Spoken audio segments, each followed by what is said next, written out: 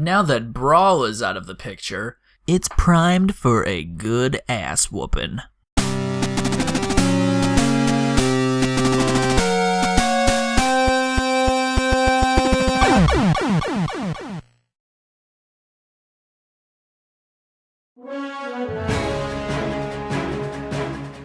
I don't know if anyone really played this game. It's pretty niche and underrated. Super Smash Bros. Brawl was released in 2008, developed by Sora Limited, and published by none other than the Big N. It's the third entry in what is probably Nintendo's most hyped franchise, this one game alone selling over 11 million copies to date. 11 million! Brawl introduced a campaign mode called Subspace Emissary. It's a story about the game's roster going places and doing things to stop bad guys from turning other members of the roster into trophies with their arrow gun thing. Oh, and the game mode is designed exactly like a Kirby game too. Ever notice that? Play almost any level in Brawl's Subspace Emissary. If you're looking for it, you'll find it.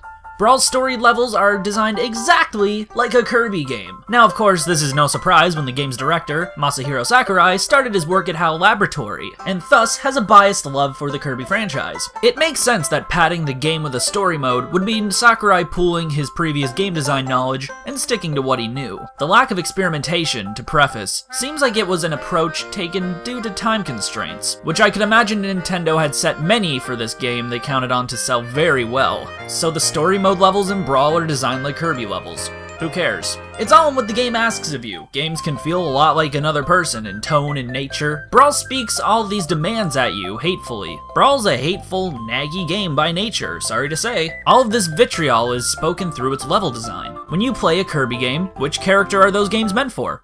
Kirby, of course. He can fly, suck up enemies, and usually kill them in one go with the right power, and the halfway point bosses and secrets usually serve as keys and locks for solving what are essentially the game's puzzles. But like I said, in these games you play as Kirby. This is where I feel the design for Brawl's story mode got a bit sloppy. Not only did they slow the pace of an already slow level design by adding in enemies that took a billion hits to kill, but not every character plays like Kirby. These levels derive from that character. So when you have a set of parameters that weren't designed with the initial vision in mind, you create imbalance. Sure, playing Subspace with every character is possible, but when you're playing as, say, Ike, for example, it just feels weird. He's much more suited for the traditional deathmatch styles of play, you know? And yes, I get that beating the crap out of enemies is a main component of a fighting game, so why shouldn't the enemies take a million hits to kill? Well, that wouldn't be such a problem if the level design and character choice wasn't so grossly off the rocker. There's something wrong here.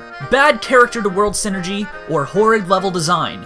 Pick one. This is why a game with different character types or classes are more or less variations of one another. When you drastically change how characters act in the game worlds without necessary restrictions, certain characters are consistently better than others. This is the basis of Brawl's main balance issue, and it shows. It painfully shows. Wanna know why a story mode isn't in the new 3DS Smash Bros. Or the upcoming Wii U one? Sakurai says it was to avoid people showing cutscenes on YouTube. But let's get real. He's a designer. To put it metaphorically, he realized his mistake once the paint dried.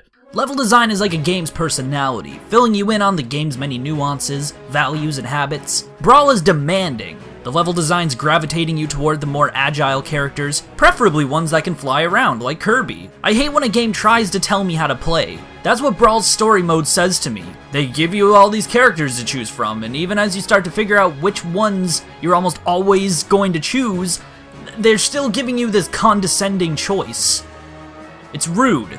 It's insulting. Screw you, Subspace. But hey, different strokes for different folks, right? Some people enjoy an easy choice. And with that, there's always a reason why you've gotta play this one. Thanks for watching.